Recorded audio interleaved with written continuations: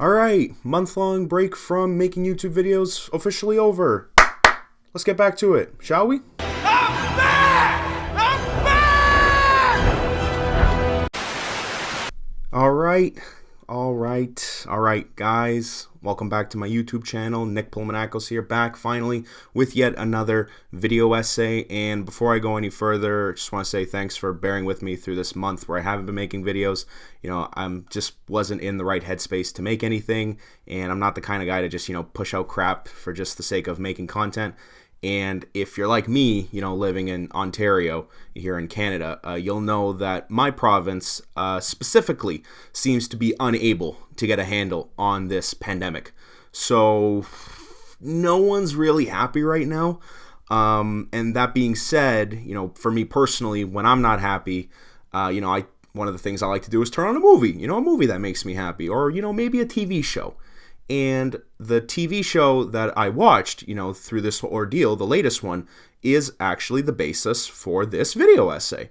So, before we go any further, don't forget to hit that like button, or I guess dislike button if you don't like this video. I can't force you to do anything, or hit that subscribe button. And let's jump into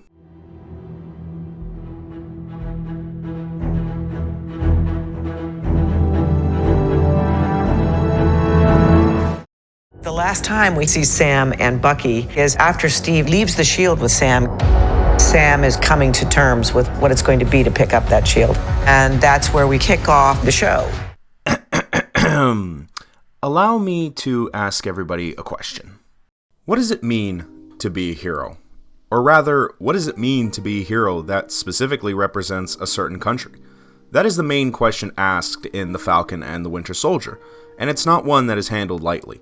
The start of this series picks up 6 months after Avengers Endgame, where original Captain America Steve Rogers has passed the shield to fellow Avenger Sam Wilson, also known as the Falcon. However, Sam has chosen against taking on the mantle, opting to continue his superheroing as the Falcon. On the surface, it's almost mind-boggling to see someone reject the title of Captain America. I mean, who wouldn't want to be one of the world's most well-known heroes and become a symbol for those looking for hope in a dark world? But like I said, that's surface level thinking. And for this show, created by Malcolm Spellman, the idea that anyone can be Captain America is not as easy to say as, say, anyone can be Spider-Man. Sure, you have to have the skills, the bravery, the will to fight for good, but that's only a fraction of what makes Cap, Cap. The Falcon and the Winter Soldier deconstructs the idea of what it means to be a hero, showcasing what is truly required to be able to hold that shield. And through these 6 episodes, we see that there is only one man fit for that title. I think that's the wrong music. There you go. Alright, first, a bit of backstory for this series. Now, when The Falcon and the Winter Soldier was formally announced, I was super amped to read that the MCU would finally be tackling the aftermath of everyone returning from Hulk snapping his fingers and undoing the damage caused by Thanos.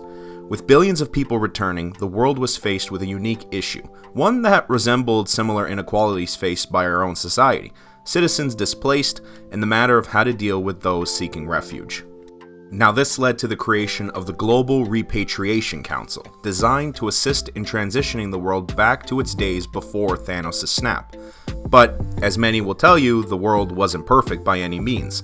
So another group rose, the Flag Smashers, led by Carly Morgenthau, a group that was determined to assist those who were forgotten or neglected by the GRC. Now, their cause is noble and just, but like many villains before them, like Magneto or Killmonger, their methods became violent and vicious, with many governments declaring them terrorists and a problem that needed to be dealt with. And so, who does the government call to deal with this matter? John freaking Walker, aka the new Captain America, a man handpicked by the government to carry on the title of Cap. Walker is clearly the definition of the perfect soldier, but very much teeters on the line of being a good man. When watching The Falcon and the Winter Soldier, it's evident that both Carly and John Walker are two extremes at each end of a spectrum. One will do whatever it takes to snuff out something his government views as a problem, and just so happens to do it dressed like a hero, while the other longs for a better world for those dealing with the aftermath of Thanos' defeat, but will go to extreme lengths to make it happen. They both feel that their respective fight is the right side, yet neither see the error in their ways.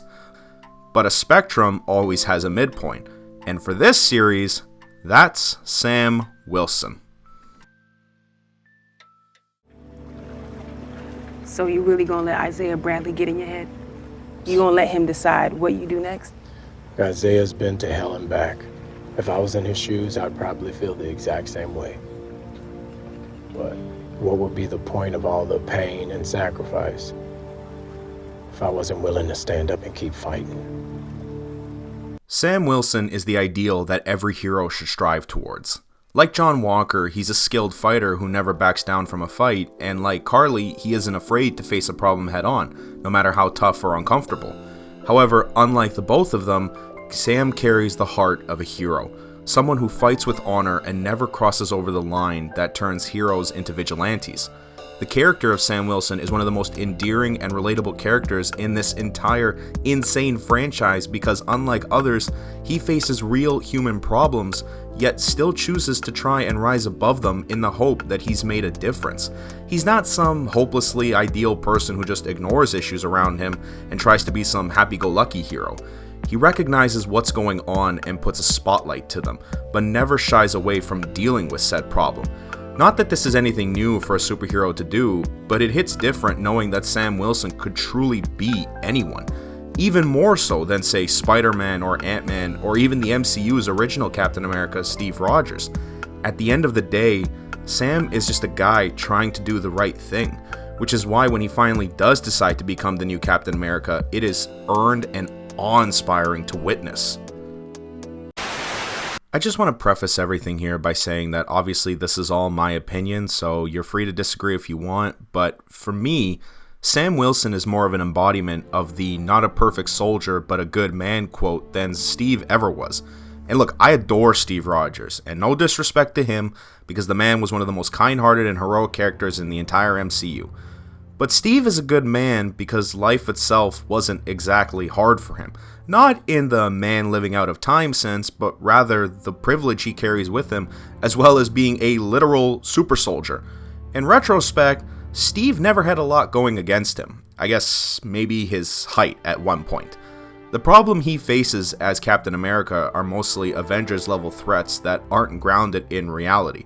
The closest he's gotten to something so personal is in Captain America the Winter Soldier, but even then, the threat level evolves into a potential global disaster. But for Sam, life is a bit different. He's an Avenger, same as Steve, yet is clearly treated with a lower level of respect. He's the Falcon, yet people don't recognize him as such. The problems he faces on a daily basis are much more in line with what Black America faces each day. Someone takes one look at Sam and immediately assumes he's a football player, or he's having a conversation with Bucky in the street and they get into an argument and police pull up and immediately assume he's the aggressor. Despite his status as a major figure, he's unable to secure a loan for his family. He's constantly reminded that in the country he's fought for, it thinks very little of him and it's hard to watch. He returns Steve's shield to the US government and in no time, another blonde-haired, blue-eyed soldier is holding it.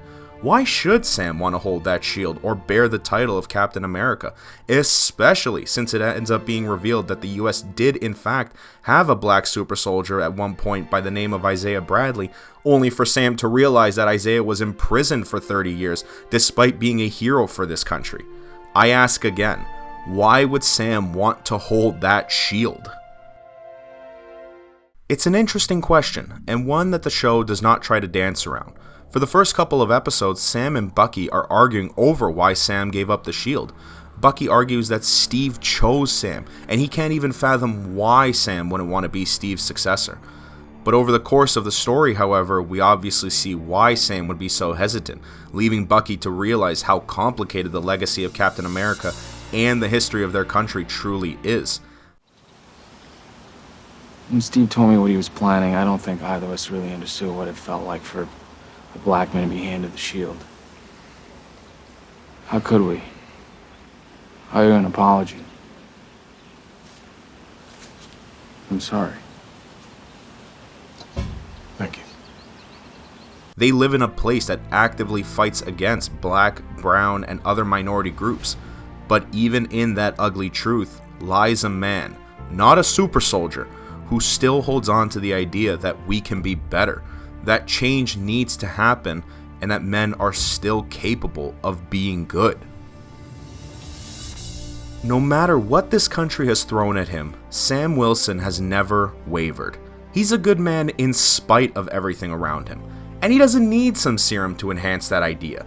He embraces the title of Captain America not for the country specifically, but for the ideals it supposedly holds so close: truth, justice, and freedom for all. And even then, he knows that there are people out there who won't accept a black man as Captain America, but he can't let that stop him from trying to change something for the better, because that's what a good man would do, and that's Sam Wilson. Nice job, Cap. Thanks. The Falcon and the Winter Soldier is by far one of my favorite projects to ever come out of the MCU. I love that it started with that original name, but ended as Captain America and the Winter Soldier. I guess maybe it should have been Captain America and the White Wolf, but that's an argument for another video. This is the dawn of a new era for the MCU, one that isn't afraid to deal with more mature themes and timely issues that resemble what so many people experience on a daily basis. In 6 stellar episodes of television, Sam Wilson went from being Steve Rogers' trusted wingman to arguably the most relatable hero in this franchise, and more than earned the title of Captain America. He is someone that anyone can look up to, especially for young black kids who have another major hero that they can see themselves in. For Sam Wilson, he represents the best of us, and is someone who carries this mantle not for some government with an agenda, but as an unbreakable symbol of hope for those looking for light. I can't wait to see what Anthony Mackie and Malcolm Spellman have in store for us with the upcoming 4th Captain America film. What I do know for sure, though, is that I very much want more boating adventures of Sam Wilson and Bucky Barnes. But that's just me. They can do whatever they want. I'm just saying, throw these two on a boat and you got yourself a really kick-ass 2-hour film right there. Hello, terrific YouTube community. Thanks so much for tuning in to hear my thoughts on The Falcon and the Winter Soldier. It feels so good to be making videos again, so stay tuned for more content out soon. Don't forget to like, comment, and subscribe. As always, you can find me on Twitter at NickManakos, and I've been Nick Polomanakos, and I will see you guys in the next video. Later, guys.